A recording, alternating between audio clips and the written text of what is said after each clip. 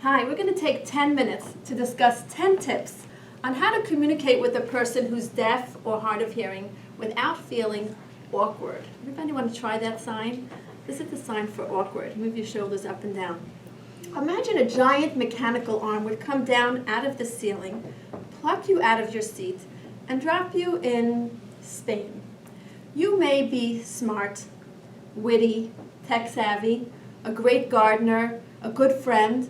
What do you think is going to be your biggest challenge moving ahead and creating a life now in a foreign country? Anybody want to try? Language, communication. This is the sign for communication. It's the free flow of ideas and thoughts that are going between two of us. What do you think this is? Miscommunication. A miscommunication, when we are not communicating. And if I'm not fluent in Spanish and they're not fluent in English, I'm going to have a hard time negotiating an interview, renting an apartment, making friends, and everything that goes along with life as we know it, especially in the Jewish community, because let's face it, Jewish life is a social event. Think about a circumcision, a wedding, even going to synagogue. It's all about the socializing. For deaf people, the deaf people I know, they are intelligent, good-looking, athletic, witty, funny, anything you can think of, all of the above. The only challenge they might face is communicating with hearing people. Hearing the baby cry, the fire engine, the fire alarm, none of those are challenges in today's day and age with all the technology that we have. It's really opening up communication between deaf and hearing people. So we're going to talk about 10 tips how we can do that easily. First of all, to get a deaf person's attention, these are appropriate ways. You can wave to a person, and even though I know Allison for many, many months now, I don't think I've ever touched her.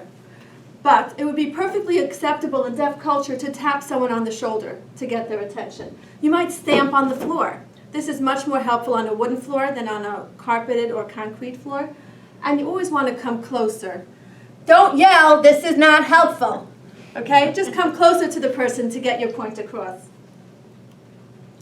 If you're going to take away anything from today's talk, this is the most important slide. For a deaf person, they're looking at you and they need to see the visual. When you turn your face away, you just turned off the screen. So you want to make your face as visible as possible. If you have a hairstyle that blocks your face, you might want to be aware of that. A person with a beard or a mustache should be aware that they may need to speak a little bit slower. And in general, speaking slower and clearer, that's the key to opening up communication. When the person comes up with any hearing loss, whether it's because of age or a congenital hearing loss, speak a little bit slower, a little bit clearer, and make your face visible. And then there are other ways to add visuals. If I'm talking about the time, it's helpful to point to my watch, or if I'm setting up an appointment, to use a calendar. I'm talking about Chaya, I might want to point to her over there, or the bathroom. Use the visuals that you have at your disposal, things that are naturally in your environment. You want facial expression, body language, and anything visual, like we said, in your environment. If you're talking about a fearful situation, you might want to show fear. And even more so, you want to match your body language to your message. Because Joey is really disturbing the class. He's jumping on the table. They're looking at your visual. They're reading your face before they read what your message is. So if Joey's not doing well, you want to show that in your body language, in your facial expression. I'm concerned.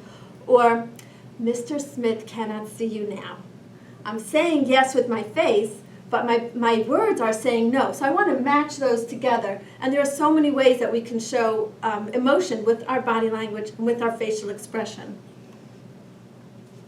This is very helpful. Repeat it.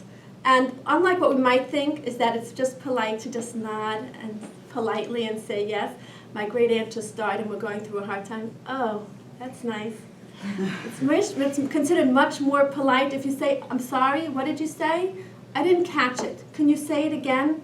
That shows that I really care about what you have to say. I'm not just trying to get through this awkward conversation.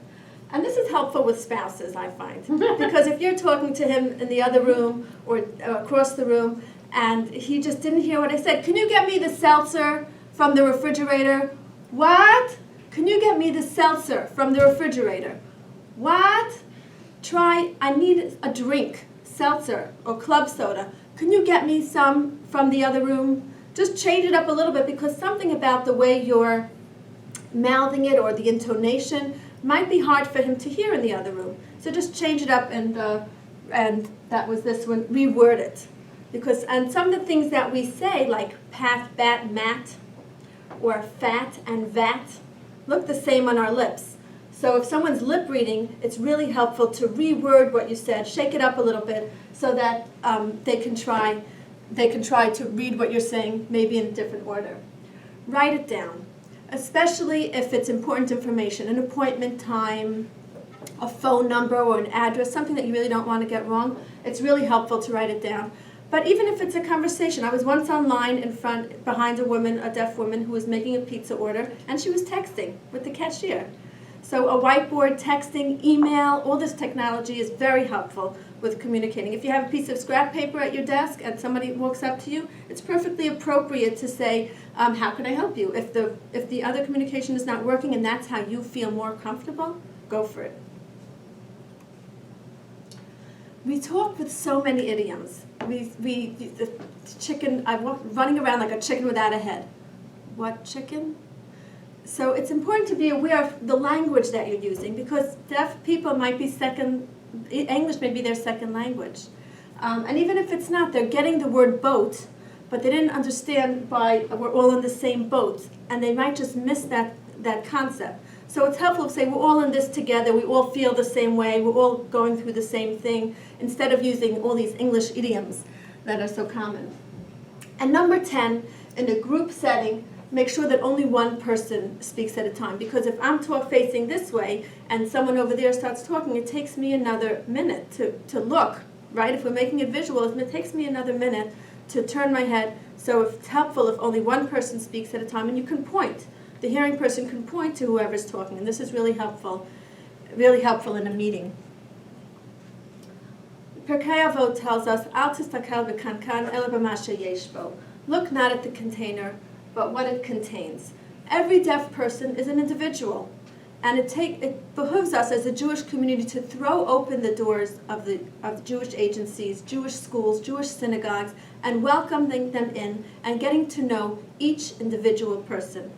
Thank you so much for your time. If anyone ever has any questions about communicating with people who are deaf, hiring interpreters, whether the person is a sign language user or not, I'm always available.